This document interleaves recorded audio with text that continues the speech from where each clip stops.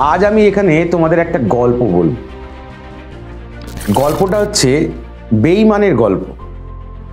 মানুষ কতটা পরিমাণে বেঈমান হলে তবে মানুষ মানুষকে অস্বীকার করে।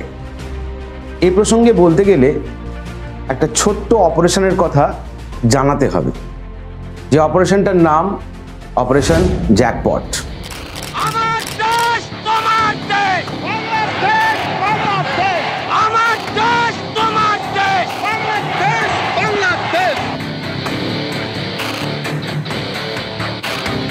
When there was no navy, we 9 submariners responded.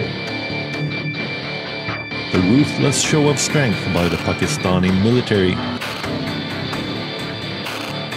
এবারে সংগ্রাম আমাদের মুক্তির সংগ্রাম, এবারে সংগ্রাম স্বাধীনতার সংগ্রাম। বীর বাঙালি অস্ত্র ধরো, বাংলাদেশ স্বাধীন করো। হ্যাঁ, নাম শুনেছো তো, জ্যাকপট? না, লটারি লাগেনি জ্যাকপট, অপারেশনটার নাম হচ্ছে জ্যাকপট।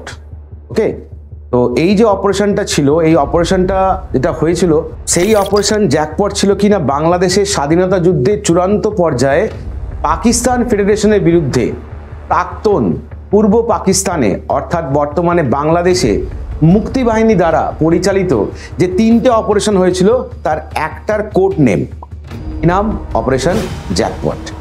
কেন এই প্রসঙ্গটা আসছে? প্রসঙ্গটা আসছে এই কারণের জন্যেই যে ভাই, ভারত নাকি কিছু করেনি, ভারত কখনো বাংলাদেশিদের সাহায্য করেনি, বাংলাদেশের স্বাধীনতা সংগ্রামে ভারতের কোনো অবদান নেই, তাই না? তাই তো আজকে লাফিয়ে লাফিয়ে পাকিস্তানের গলা জড়িয়ে ঘুরে বেড়ানোর চেষ্টা হচ্ছে, চীনের সাহায্যে লাফালাফি করার চেষ্টা হচ্ছে, তো অনেক কিছু হচ্ছে আমরা দেখতে পাচ্ছি, তাই না? তা আমরা দেখতে চাই একটু এই পুরনো ঘটনাটাকে মনে করে যে কি আদেও বাংলাদেশিদের স্বাধীনতায় ভারতের কোনো অবদান ছিল না ছিল না। তো সেই গল্পটাই বলবো, অপারেশন জ্যাকপট। সেটা বলতে গিয়ে প্রথমে যেটা বলতে হবে, অপারেশন সার্চলাইটের সমাপ্তিতে পাকিস্তানি সেনারা বাঙালি প্রতিরোধকে ভারতীয় সীমান্তের ওপারে নিয়ে যাওয়ার পর ভারতীয় সেনাবাহিনী 1971 সালের 15ই মে থেকে মুক্তিবাহিনীর জন্য একটি সরবরাহ ও প্রশিক্ষণ অপারেশন বাস্তবায়ন করে।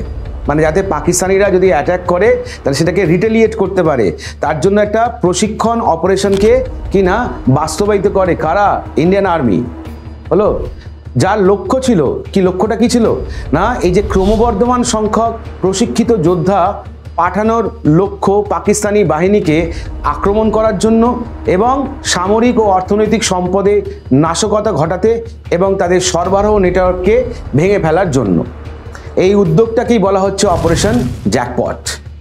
মুক্তিবাহিনীর নৌ কমান্ডাররা 1971 সালের 15ই আগস্ট রাতে চট্টগ্রাম, চাঁদপুর, মাংলা এবং নারায়ণগঞ্জ জেলা শহরে পাকিস্তান সেনাবাহিনী, Pakistan marine, Pakistan navy, seal team এবং পূর্ব পাকিস্তান নিরাপত্তা বাহিনীর সম্মিলিত অপারেটিং বাহিনীর বিরুদ্ধে বেশ কয়েকটা নাশকতার প্রচেষ্টা চালায়।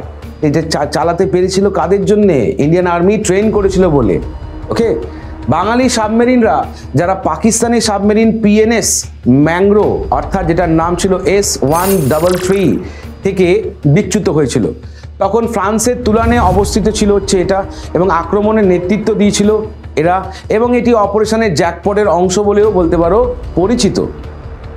আর 3 নম্বর অপারেশনটা যেটা করেছিল কে না, ইস্টার্ন কমান্ডের সাথে সংযুক্ত ভারতীয় সেনাবাহিনীর ক্রপস 4 কমান্ডার, যার নাম লেফটেন্যান্ট জেনারেল স্বাগত সিং, এবং তার অপারেশনাল এলাকায় কর্মরত বাংলাদেশ বাহিনী দ্বারা ডিজাইন করা হয়েছিল এই 3rd অপারেশনটা। হলো, এই বাহিনী 21শে নভেম্বর থেকে 16ই ডিসেম্বর 1971 পর্যন্ত সামগ্রিক অভিযানের অংশ হিসেবে সিলেট, কুমিল্লা, চট্টগ্রামে পাকিস্তানি বাহিনীর বিরুদ্ধে যুদ্ধ করে। তাহলে এখনও তোমাদেরকে প্রমাণ দিতে হবে যে ভারতীয় আর্মি কতটা সাহায্য করেছিল বা ভারত কতটা সাহায্য করেছিল আজকের তোমাদের এই স্বাধীনতায়। আর আজ তোমরা বলছো যে ভারত কি করেছে। অতীতকে অস্বীকার করা কি কখনো যায়? যায় না, চেষ্টা করেও পারবে না। ভিডিও ভালো লাগলে অবশ্যই কমেন্ট সেকশনে কমেন্ট করে জানাবে। কেমন লাগলো অবশ্যই জানাবে, এবং যদি ভালো থাকে তাহলে চ্যানেলটাকে সাবস্ক্রাইব করবে, লাইক করবে, শেয়ার করবে। Thank you.